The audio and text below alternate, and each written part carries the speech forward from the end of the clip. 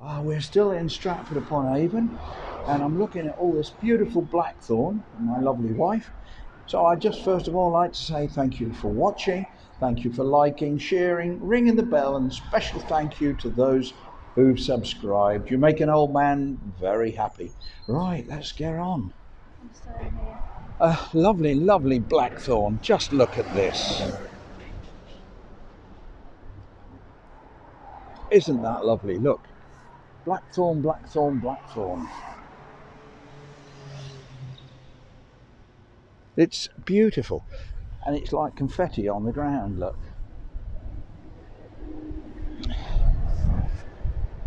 We're walking I'm walking a little way along here. We've got to then go back the other way again. Look, I just can't believe how much blackthorn there is around here. This is lovely. There's the bridge, the road bridge. We've got to go across on a footbridge. So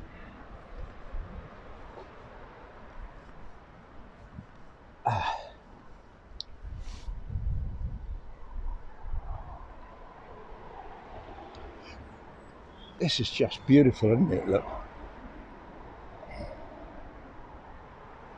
All this lovely, lovely blackthorn. Smells quite nice as well. I think somebody's put a tassel on there. Look, a little tassel on the tree. A tassel tree. Whoa. Now we're going to go up the steps and over the brücke. That's over the bridge. Here's the footbridge. Lots of celandines there by where the steps go up.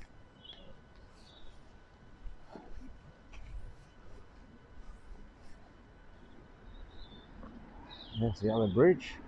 There's the two bridges. It's a very narrow bridge, so we can't really go more than one across at once. So we shall get our way. That lovely blackthorn. Sorry, I'm having a bit of a blackthorn day. Is that Matt going to town?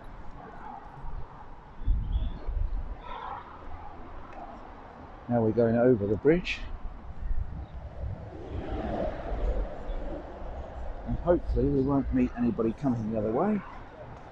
But you never know. No, I think we're clear. We are clear because this definitely is not 2 meters. There we go. Look at that. That's beautiful.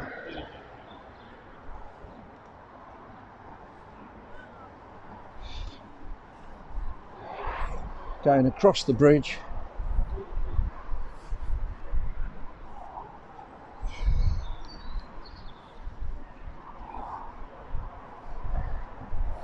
Now, I did promise in the other video to talk about the 3 selves, so maybe it's time to do that. Well, the biggest problem with human beings is their ideal self and their perceived self are too far apart. And the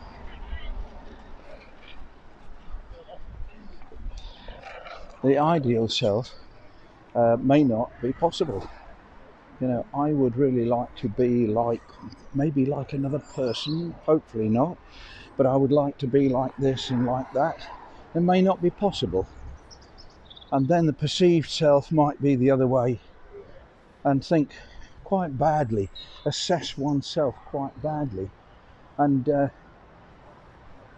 big issue when I've been talking to people in the past is to try and get people to have a perception of how they are that moves closer towards their ideal self, and have the picture of their ideal self move closer to their perceived self. And of course, the third self is the actual self, and there's very few of us who actually know that. We can only live inside our bodies and have our perceived self, and the perceived self is what we think we are, who we think we are. You can see the we're over there. We're over there.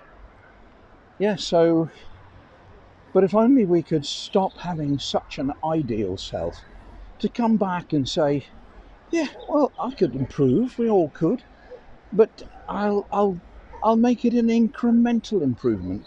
My ideal self is a bit further, tiny bit further on than where I am at the moment. And then perhaps you could say what your perceived self is. Talk to friends, ask them what you're worth to them, and suddenly your perceived self can move as well. And when your perceived self and your ideal self get into alignment, well, you go in the right direction. Doesn't mean that we never want to make improvements or to move forward. It just means that you can live in harmony with yourself. I remember once, many years ago, to try and get nearer to an actual perception, I did a questionnaire and gave it out to friends. And some of it was difficult to read. And what is good is that everybody perceives somebody differently. So you could give a friend one thing, the same questionnaire about yourself, and find that their view of you, because it's affected by their life views, and so you're absolutely in amongst the mist. Even when you do it as honestly as I did, gave out questionnaires and asked people to fill it in honestly with no name on it, you notice that people's perception of you is different. For people who are quiet and reserved, and we all need those in our lives, for those, they find I'm noisy, boisterous, loud, and that's their view that they are entitled to. But of course, to somebody like me, they might say, oh, he's the life and soul of the party, a good laugh. And so all the views that I got back were different depending on the individual. This is simply why we have to recognise that we can't like the whole world. It doesn't mean we hate somebody because we don't actually get on with them. It just doesn't work. And by the same token, we have to realise that everybody can't like us. And I see some things on Facebook, and it saddens me that people need everybody to love them. Well, it's not going to happen. It's never going to happen. Rejoice in the friends who do love you, and live with that. There will always be people who don't get on with you. Well, we've had an awful lot of philosophy here. And over there is a weir. Weir over there. You did that one, Dave, already. Now, all I need to do now is find where my wife is. She has sat on a seat a long way along there. And I don't know quite why, but she keeps sitting down. So that's her entitlement. She wants to sit. The trouble is, if I sit down, my heel will lose interest. I think I've seen a squirrel.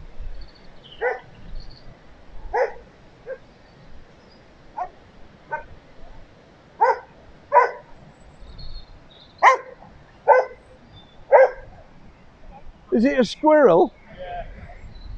They're not going to get it, are they? It's hilarious. I see so many dogs see a squirrel and they're up to the tree, you know, thinking, and the squirrel's looking down saying, come on in, up you come.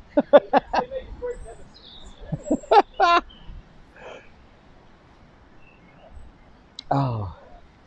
I just filmed your doggy because I've got a YouTube channel with 1,074,000 views. Oh wow! So she's going to be, he or she, he's going to be famous. So he likes the water. Oh, hello. Hello. Oh.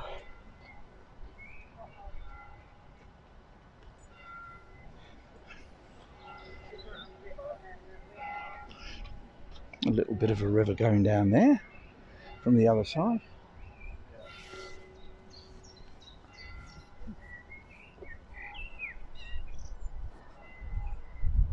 Well, I'll say thank you for watching and bye for now from this lovely park in Stratford-upon-Avon. This is the Rambling Rambler